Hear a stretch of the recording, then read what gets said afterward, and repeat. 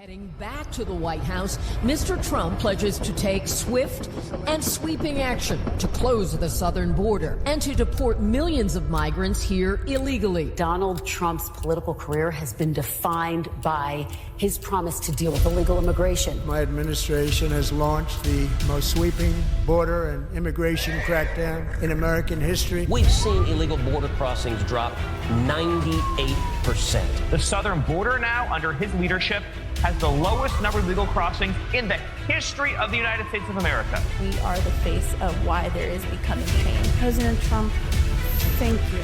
He's a man of his word. He wants to get rid of fentanyl. He wants to make sure that we stop the killing of innocent Americans. President Trump was able to do in 7 weeks what the Biden administration couldn't or wouldn't do in 4 years. Right now, as you and I are talking, we have the most secure border in the history of this nation. The media and our friends in the Democrat Party kept saying we needed new legislation, but it turned out that all we really needed was a new president.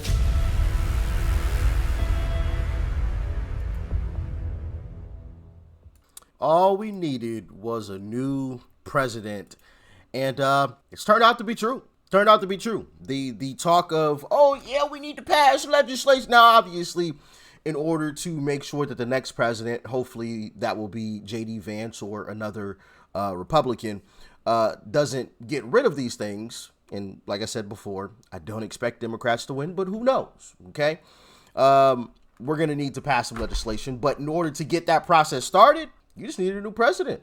Executive actions, baby. Executive orders. So I want to talk about the border a little bit. Well, it's got relating to the border because Trump and his team pulled the ultimate gotcha on mainstream media because, of course, mainstream media has been pushing the narrative of due process, right? At first it was Maryland dad.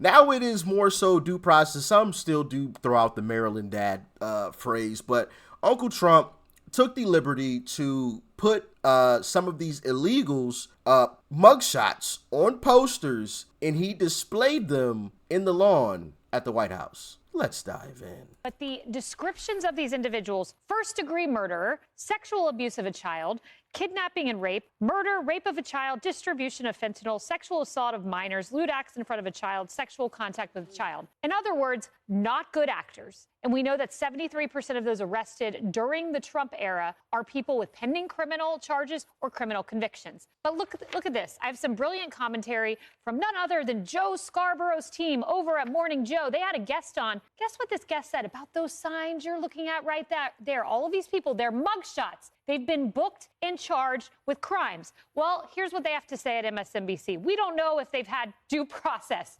Okay, they're booked. They get court hearings. Nevertheless, we don't know if, in fact, these individuals have a rap sheet. They're booked for crimes. So I would encourage those individuals that have this in the background of their shots, because reporters do hits from there, to blur the faces of these people. Yeah, so MSDNC wants to blur the faces of these folks. Right. Not completely shocking because it's MSDNC, but it's just absolutely... It shows how anti-American these folks truly are. White House has put up about 100 posters of what they say are unauthorized immigrants who have been arrested for violent crimes. Notice this is MSDNC. They blurred the faces. You can see them there. They put them up on the driveway of the White House. If you look here, that's the West Wing just at the forefront, the Executive Mansion itself to the left. But what's particularly noteworthy about this location is it is right directly behind the positions where TV correspondents do their hits from the White House lawn. So therefore, no matter what network you're on, that includes MSNBC, if you're doing a hit from the White House right now, those pictures will be behind you. The White House doing a briefing in about a half hour about what they're doing here. Ultimate move by Uncle Trump. Put them right behind the lying media. So whenever they hopped on camera, they had to show the images. Unless, of course, they blurred them like MSDNC did. Maria, your response to this image? So I have to say, one of the biggest challenges that we have with the deportations that we know of so far, for example, with Kilmer Abrego Garcia, we don't know if they've had due process. We don't know if, in fact, these individuals do have a rap sheet. So I would encourage those individuals that have that as a backshot to blur those people out. The job of journalism is to ensure that we are presenting the facts, that we are cross-referencing. We know that PolyFact actually checked the Trump administration because of an earlier picture that they released on Kilmer, recognizing that it was altered, that it was false, that they had placed gang signs, tattoos on him that weren't real. And so I would really, the press right now, we are absolutely under attack. Our job is always to have our true north, to make sure that we're presenting balanced news, and making sure that we are not putting folks that are potentially in danger, and having that representation of those pictures in the background. We can't allow that to basically for us to carry the water of potentially innocent people. So I would encourage, I recognize live shots are tough, but I would encourage folks to actually make sure that those shots are blurred to the best of your abilities. We know better. Well said. Well said. And again, the focus here, doing the work, doing it well. Focused on presenting the facts. So where were the facts when Joe Biden was clearly hampered and y'all lied about it? As a matter of fact, the guy on your network came out and said, F you if we don't believe that's the best version of Joe Biden. Where were the facts then? And we're being attacked. Try to play the victim card. We're being attacked. Attacked? How? Where's the attacking? I don't see anybody attacking you. These folks, man. We don't dislike these folks enough. I'm so serious. Playing the victim card now and trying to say, oh, well, we want to present the facts and, true north. When they spent 4 years lying to us, called us right-wing extremists, and we were putting out cheap fakes of Joe Biden? Really? Come on now. And now they're being attacked. I don't know about y'all, but apparently the definition of being attacked has completely changed. Because last time I checked, being attacked means somebody is physically assaulting you. That's last time I checked, that's what that meant. But apparently we have a new definition.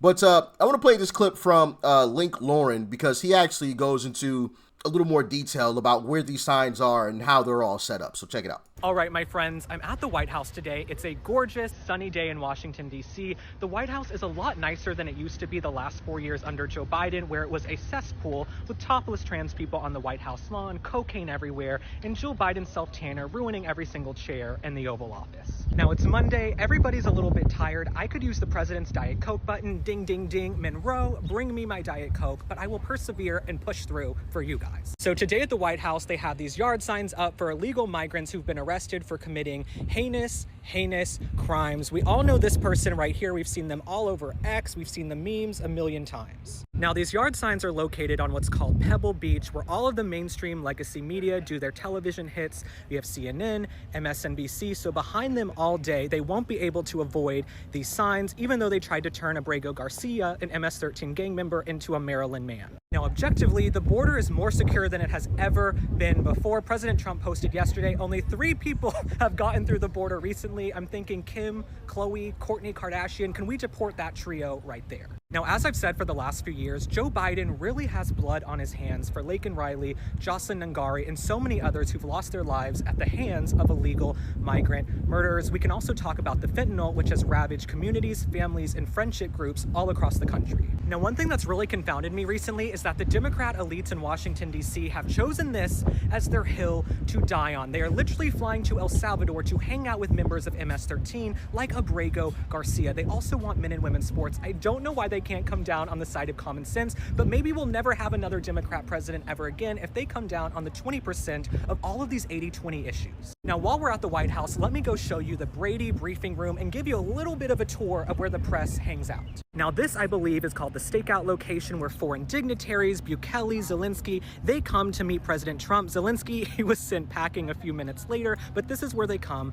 This is also called the sticks because this is where reporters put their microphones, basically sticks. I hope I'm right about that, you guys. I'm giving the exam when I haven't even read the book. Now, this is where President Trump gave an impromptu gaggle the other day. This is also where reporters like to hang out, mingle, compare notes.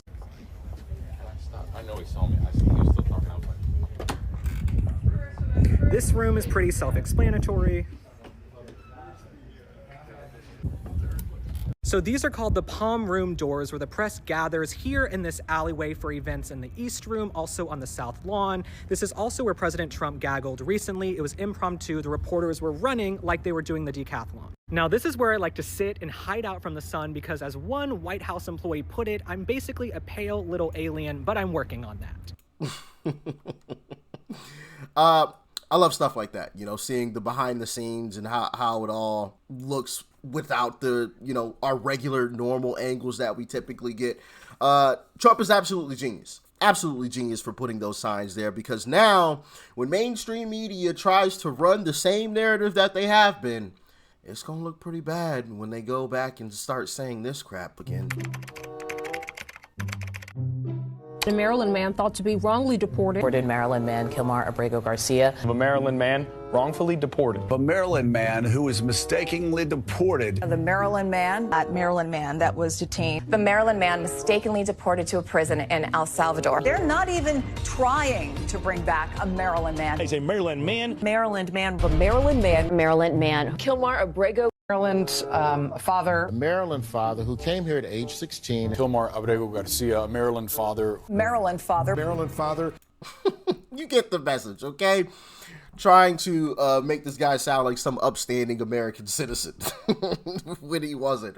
And like these illegals aren't doing some terrible things. Not all of them, but some of them aren't doing some terrible things. So Uncle Trump is an absolute genius for that. Absolute genius. Because when they go to do that again, now they're going to have those posters right behind them in the background. And it's going to be wonderful. But anyway, you let me know your thoughts and your opinions on this. Stay safe out there. Peace and love. I'm out.